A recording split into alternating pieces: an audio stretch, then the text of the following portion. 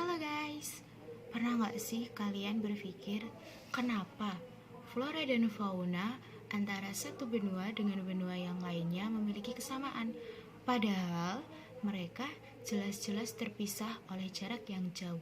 Contohnya Afrika dan India, meskipun terpisah oleh samudra dan gurun sejauh 3.200 km, tetapi mereka memiliki kesamaan fauna yang hampir sangat mirip. Kalau penasaran, stay terus ya. Jadi, dulu ada super benua bernama Gondwana atau Gondwana Land yang pernah ada selama era Neoproterozoikum sekitar 550 juta tahun yang lalu dan era Jurassik pada 180 juta tahun yang lalu. Lantas, bagaimana terbentuknya super benua Gondwana?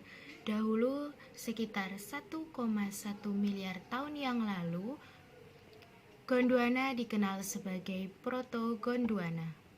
Saat itu juga terjadi pembentukan super benua Rodinia dan akhirnya terjadi tabrakan antara super benua Rodinia dan Proto-Gondwana yang menjadikannya bagian dari super benua tersebut.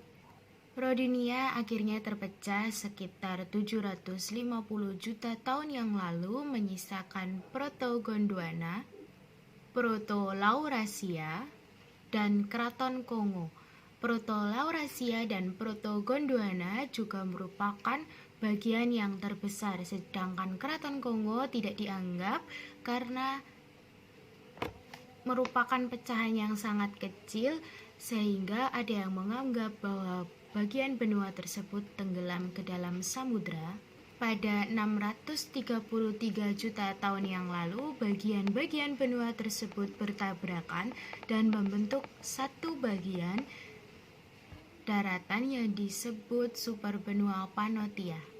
Pannotia tidak menjadi satu daratan yang utuh karena terbentuknya benua baru seperti Rodinia. Setelah terjadi beberapa tabrakan, perpecahan, dan persatuan, terbentuklah Gondwana Laurasia.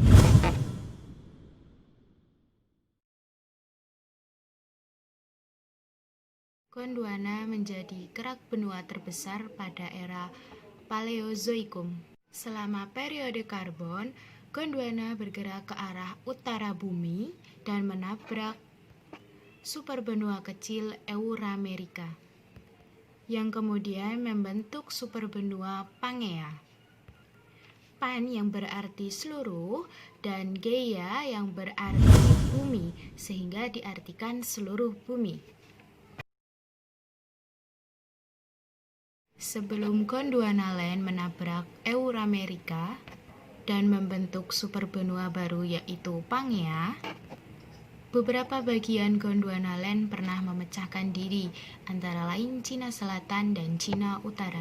Sekitar 200 juta tahun yang lalu, Pangea mulai retak dan terpecah tepatnya pada 180 juta tahun yang lalu, sehingga membentuk Laurasia dan Gondwana yang baru.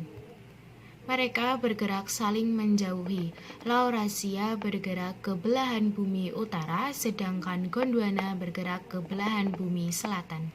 Retaknya Pangea juga bersamaan dengan retaknya Gondwana, yang diperkirakan pecah pada 200-160 juta tahun yang lalu. Bagian-bagian Gondwana mulai terpecah belah pada zaman Jurassik. Ketika hal itu terjadi, anak benua India merupakan bagian yang pertama kali terpecah dari Gondwana, yaitu sekitar 110 juta tahun yang lalu. Disusul oleh Amerika Selatan, Afrika, dan Australia, Antartika, Selandia. Amerika Selatan dan Amerika Utara bergerak menjauh ke arah barat, sedangkan Afrika menuju utara mendekati Laurasia. Untuk lebih lanjutnya, bagaimana Pangea bisa terpecah? Seperti yang kita ketahui, Pangea mulai terpecah pada 200 juta tahun yang lalu sebagai akibat dari pergerakan lempeng tektonik bumi dan konveksi mantel. Sama seperti Pangea yang dibentuk dengan didorong bersama karena pergerakan lempeng bumi menjauhi daerah keretakan. Keretakan material baru ini menyebabkannya berpisah. Para ilmuwan meyakini bahwa keretakan baru diyakini karena kelemahan kerak bumi. Di daerah yang lemah itu, magma mulai mendorong dan menciptakan zona keretakan vulkanik.